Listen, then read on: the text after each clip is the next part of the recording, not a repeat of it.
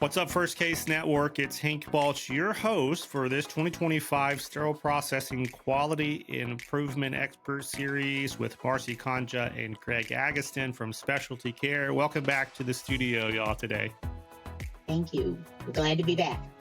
All right, so we have set the stage here for errors. We talked in the last episode on the incident reporting challenges around these systems and the integrations and the reactive nature of many of these, but even just the incomplete nature of the reporting itself. But today, we're going to talk about what these incidents actually are. So we're going to go through some examples of these, and we're going to dive into the implications that they have in everything from OR satisfaction, physician satisfaction, into obviously patient safety and even employee safety in the operating room. So Gregg, where do you want to start with us today?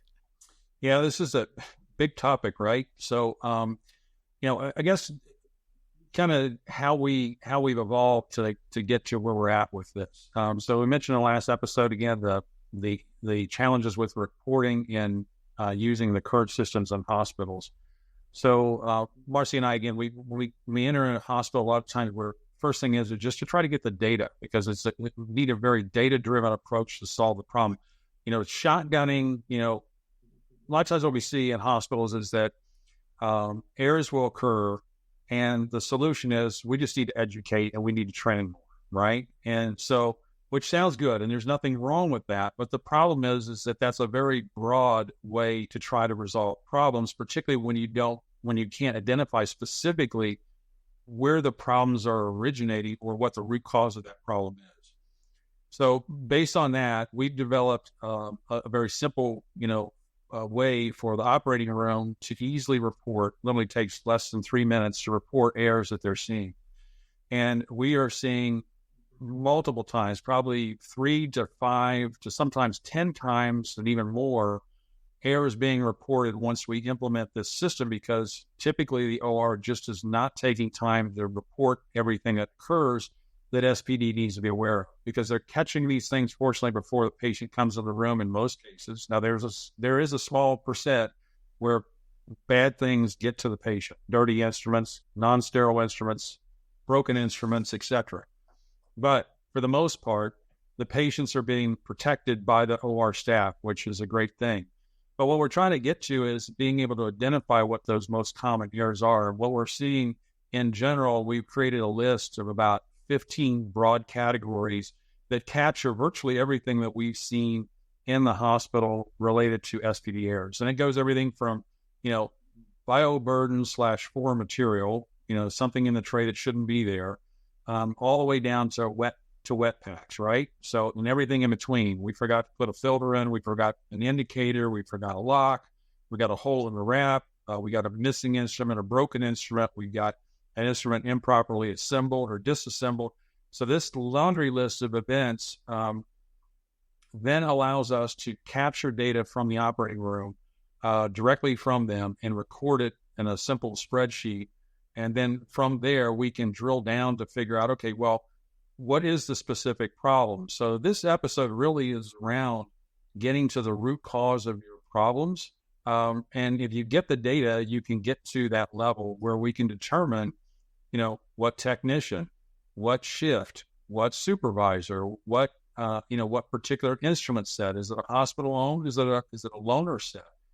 Which surgeons have been impacted? Because ideally, where we want to get to is a situation where the manager of the SPD has data that tells him or her where the problems are occurring, what the trends are, and they can use that information proactively along with their, whoever their educator is. And we typically say that educator position should be titled Manager of Quality and Education, because in that way, you're framing it so that you're trying to build a quality system. They use the data to determine where the quality errors are occurring or problems are occurring, and then you educate specifically to solve those problems, okay? So there's still a need for broad in-services. New products come in, we still need to in-service broadly for those kind of things.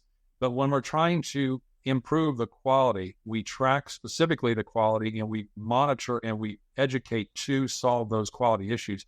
And this data-driven approach allows us to get there. That's the benefit of a data-driven approach versus we're just going to go educate everybody. We don't really know where the root cause of the problem is, but we're just gonna educate and try to figure it out. All right. I like how Gregg says a simple spreadsheet, because when I started out back in 1989 or 82 or whatever it was, my spreadsheet was like what the error was, who did it, and what the result was. Now our system that we have right now is like on steroids, where I always tell Gregg he added steroids to my spreadsheet, because where he says it, you can drill down on everything. You can drill down on if it's a certain OR issues, or a certain technician that needs, as he said, some training. But then you can also see if it's a certain shift, or if it's multiple technicians. Let's look at the process. If everybody's making this, if multiple people are making this error, what's the process and why is it not working? And let's correct that. In the past, I have called the incident of missing instruments from trays. I've called that culture killers. And that's probably true for every incident that's on your list, Gregg, that you mentioned, to any one of these missing filters, broken instruments. Yeah, they have safety implications, but they also have cultural implications, Marcy. How can you speak to how you've seen this play out? If these departments, like, going back to what Gregg said, if you're able to look at this and to surface the data, like sometimes you're surfacing 10x, 20x more errors than were being reported. It's not that the errors weren't there. They're already there doing their cultural damage. And yet now we finally have transparency into the challenge. But how does that play out on a practical level when we talk about the culture between SPD and the operating room? Well, one of the things we see is when ORs stop reporting, it's usually because they don't think anything's going to be done about it. That we've reported this over and over again and it hasn't been fixed. So it happens, we're not reporting it. What we do is we try to encourage that communication between the OR, that they report the problem and then we correct it and then also report that back to the OR. We're not necessarily going to say, Gregg made this error, we fixed it, Gregg's been given a corrective action, or we retrained Gregg or something, but we will talk to them and make sure that they understand it. And I think for them to realize that we're taking action allows them to continue the communication. And, the more errors they see without any things being corrected or issues being corrected, funnels that culture of sterile processing doesn't know what they're doing, and that finger pointing between the two departments. And we don't want that to happen. Yeah, the voice of the customer is critical in this. And once we get that positive feedback loop, it really starts to work. And then conversely, we've been focused on sterile processing, but, again, as I said earlier, that the OR supplies the raw material for us to build this product in SPD. And the tracking also includes tracking how well the supply chain, right, the supplier of this product is working for the SPD. So, do we have good point of use cleaning? Do we have a system set up that really helps organize and coordinate the activities of the decontamination area? So we track that as well in this process. So it's not just OR tracking SPD.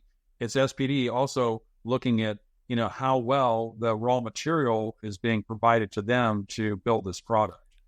Okay, well, Marcy gave us a great segue into the next episode, because we're going to tie in this conversation to that communication, Gregg, that you just mentioned, because it's a supply chain that goes all the way around. It continues, and the flow of products goes that way, but the flow of communication obviously has to go that way as well. So hang with us if you've been tuning in to this series. If you like this series, you got questions that we haven't answered already, please reach out to Gregg and Marcy directly through LinkedIn. We're going to have their or their contact information in the description of the show notes, but you can comment and ask questions right on the post wherever you see this series out there in the wild.